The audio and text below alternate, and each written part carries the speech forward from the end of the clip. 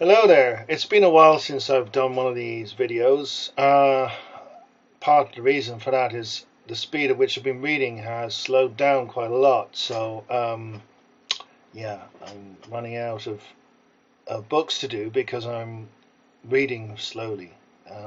I do have quite a large pile of books to get through, but I'm trying to read two at once.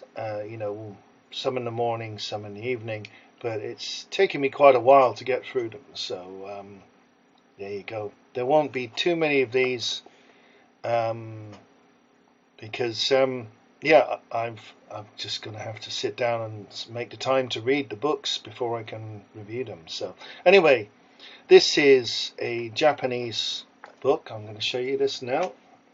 This is an author that I haven't come across before.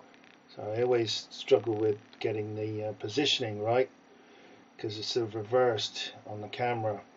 So there you go. Murakami, I guess that's the right way to say it. That's the last name of this very famous author who I've not heard of before. So I talked to a Japanese friend who said that he's actually very famous. So Haruki Murakami is this very famous author in Japan, and I think this is the first book that was translated into English. So he's done quite a lot of novels. I had a look through the index. Sorry, no, the bit at the front, just before the title page, and it lists about 20 books that this guy's done. So anyway, this is the only one I've read so far, but yeah, I must say I really enjoyed it. I've read a couple of Japanese books. There was an interesting sci-fi I read. That was really good too, but this is quite different. This is more of an emotional story. So it all focuses on the life of a young guy. He's a student called Watanabe. I think that's the right pronunciation. Set in the 1968-69, so it's of historical. It's quite interesting because this is only about sort of that must be about 25 years after sort of the end of World War II.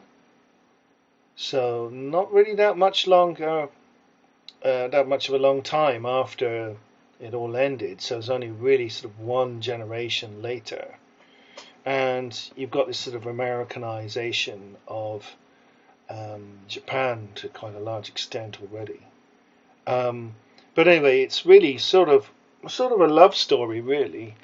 It's very much about this guy's emotional life, his friendship as well with different people, and there's one friend he lost who died. I won't go into detail about that. And he's got this sort of relationship with a woman called Naoko, who's around the same age as him, and then she has a friend called Reiko, I think is the right way to say it. And there's also another woman involved in his life called Midori. It's not sort of like a love triangle or anything. And he's got a small number of other friends. One particularly roguish friend who he hangs out with. So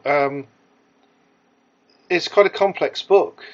There's a lot, from what I can see, is unsaid in Japanese society. A lot of what is going on between people is unsaid, and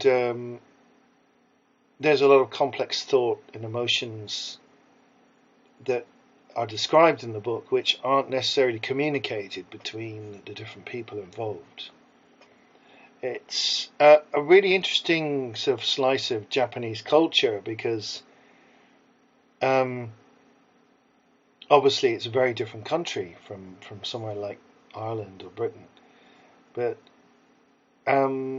I suppose it's trying to give you an insight into sort of the way that people think, and sort of the complex relationships between men and women, and sort of the attitudes of Japanese people, particularly at this time, sort of in the late 60s. You've got the sort of whole hippie thing going on in America and Britain particularly.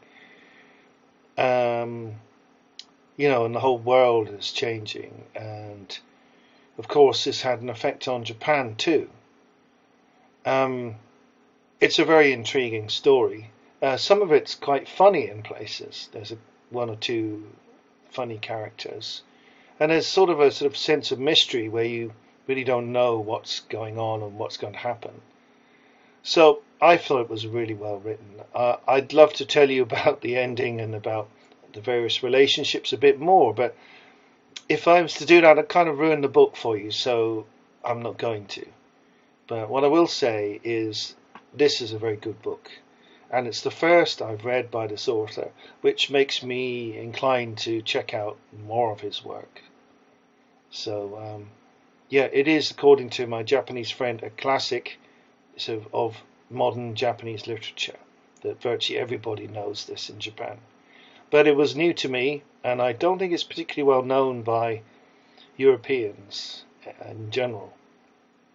So maybe that will change with time, and obviously there's quite a large sort of selection of work to pick from, like 20 odd books. So I don't really know what to check out next, but I shall certainly be looking at more of this guy's work in the future. So really that's it. Certainly a book worth reading, very interesting, very sort of enlightening about Japanese modern life, and a great story. So yeah, I did find it quite inspiring, and certainly heightened my interest in Japan, having been there for the first time sort of just under a year ago. I was sort of very pleased to discover this novel. I think it was at an airport that I saw it, and I thought, oh yeah, I definitely want to check out more Japanese writing in the future. So anyway, that's it for now. Hope you found it enjoyable, and give it a like if you did, and feel free to subscribe. You'll find more books like this in this playlist, and yeah, check out this book, and feel free to check out some of the other books that are on the playlist, A Book to Inspire You. Okay, thanks for watching. Bye for now.